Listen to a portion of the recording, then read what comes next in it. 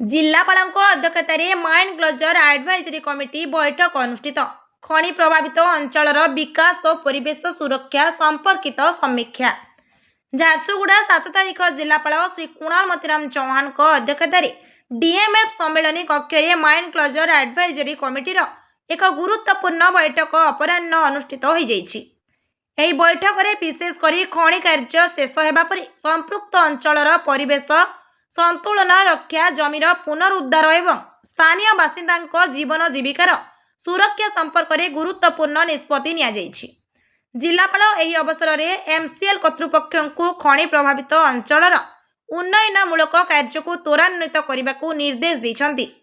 एथिसह MCL परिवेश विभाग अधिकारी एवं लखनपुर ईब एवं एरिएंट अंचलर प्रकल्प अधिकारी माने जोग देई निज निज अंचल चलीथिबा खनि बंद प्रक्रिया और परवर्ती योजना संपर्क में तथ्य उपस्थापन करथिले। ए समीक्षा बैठक में जिला वनखंड अधिकारी, अतिरिक्त जिलापाल, लखनपुर बीडीओ, डेप्यूटी कलेक्टर एवं जिला खनि अधिकारी उपस्थित रहिथिले। एथिसह विभिन्न ग्राम पंचायतर सरपंच समिति सभ्य माने मध्य सामिल होइथिले। झारसुगुड़ारू घनश्याम पढ़ियारी रिपोर्ट, ओडिया भास्कर।